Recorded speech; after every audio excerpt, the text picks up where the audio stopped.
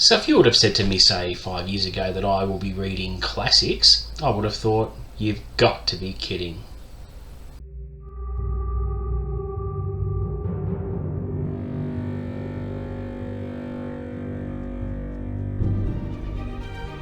What's up guys, welcome back to the channel. Today I'll be talking about adding more books onto my infinite TBR for this year, and I'm really going to step outside my comfort zone now, and I've decided to read 10 classic books this year, something that's completely out of character for me. When people used to mention classics to me, I'd be like, classics.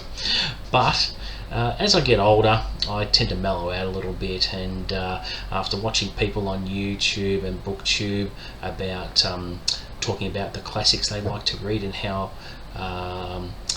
awesome they are, it gets me curious, and I want to find out, well, what's all the fuss about? So I've selected 10 titles which I plan to read this year. Some of them are very quick reads and fairly small books, others not so small.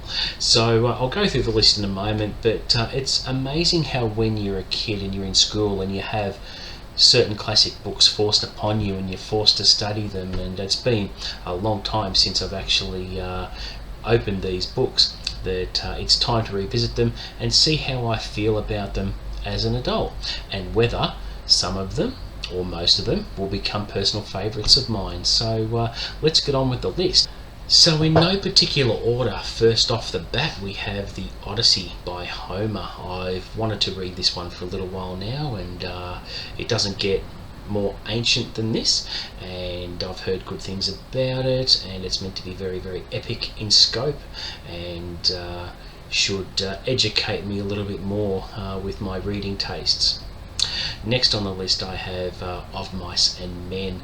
I've been aware of the book for a long time. We were made to read it in school and watch an adaptation from the 80s, I believe, so I have vague memories about it and the themes that were explored, and how Lenny was a burden on George throughout their lives as drifters, and where they sought work wherever they could get it and that sort of thing. Still a bit vague on the details, but being a quick read of about 120 pages, I'll probably read it in a single sitting, which I'm looking forward to revisiting that. Next we have Narnia, The Lion, the Witch and the Wardrobe by C.S. Lewis. Now, I've already got this on my February TBR as part of February Fantasy Stories, which is a project I'm participating in next month. I've also put on this list The Outsiders, another book we studied in school, and everyone knows the adaptation from the 80s with actors before they became superstars. You've got Tom Cruise, Emilio Estevez, Patrick Swayze, Ralph Macchio in the actual movie, and I haven't watched the movie in a long time. I vaguely remember the book, but over the years I've wanted to read The Outsiders again, and I thought, well, I'll force matters to a head and put it on a list to be read this year. Next I've got The Art of War by Sun Tzu. It's probably one of the most talked about classics in history, and it's very, very valuable to corporate life and that sort of thing. You can apply his principles to virtually anything, and it's full of wisdom and all that sort of thing, so I'm looking forward to that one, and it's another short read as well. Another one I've got is To Kill a Mockingbird by Harper Lee, another one I vaguely remember from school, and I remember the black and white adaptation that starred Gregory Peck, so looking forward to that one as well. It's not a massive book either, so I should be able to manage that. I've also got Something Wicked This Way Comes. Never read it before. I know of it. It's a very famous book. It's very atmospheric for the October season, and I'm thinking this year I might just wait until October to actually crack that one open, and I'll be looking forward to that as well. We've also got Lord of the Flies. Didn't do this one in school, but I've heard about the book. It's very famous. It's referenced everywhere. A lot of booktubers love this one, and they can't talk it up enough, so it's made me curious. Well, look, I'll give that a crack as well. Another fairly short read. Now, we've got one here, One Flew Over the Cuckoo's Nest. This one intrigues me. Never studied it in school. I know of the movie that starred Jack Nicholson, and I might actually end up watching that, but another short book.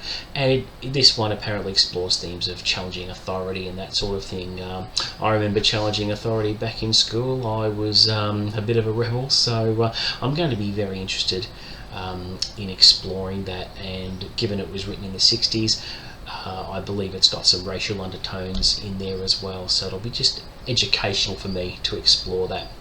And finally, we have this behemoth. This is a good weapon, the Count of Monte Cristo. This is an edition I recently unwrapped this week that I splurged, and it's just a fantastic looking book. It's got the gold foiling, it has the silk bookmark here, it has the beautiful gilded sprayed gold edges, and you can see the end papers here, and the internal text is very, very sharp and clear, if I can bring that in for a closer look. And on the back it's got a picture of the ship that is featured at the start of the novel. So I think out of all these classics, I'm looking forward to the Count of Monte Cristo the most, because I've been hearing nothing but good things lately. Mike over at Mike's Book Reviews has praised it a lot, and apparently it's the ultimate revenge story, and lives up to the old saying, revenge is a dish best served cold, and I love a good revenge story. And I've done my research on the book, procrastinated a lot before deciding to read it. Now, the copy I've just shown you, I won't actually read that one. I've got an old reading copy that I plan to mow through. I'm hopefully going to get started on the Count of Monte Cristo in the winter months here in Australia, which is around June, July, where I'm a lot less active, so I'm going to be looking forward to that. So those are my 10 picks that I plan on reading this year. I think it's achievable. A lot of the books are fairly short, and the Count of Monte Cristo will certainly keep me busy, but I think it's going to be very good for my growth as a reader, and looking forward to exploring all those different themes. And if I do well with it, I will choose quite a few more to add to my reading experience. So that is it from me. So if you have any feedback or suggestions, or you want to share with me what your favourite classics are and what I should read, what you'd recommend, put them in the comments below and I'll endeavour to respond to those. Please don't forget to like and subscribe, and until next time, see you later.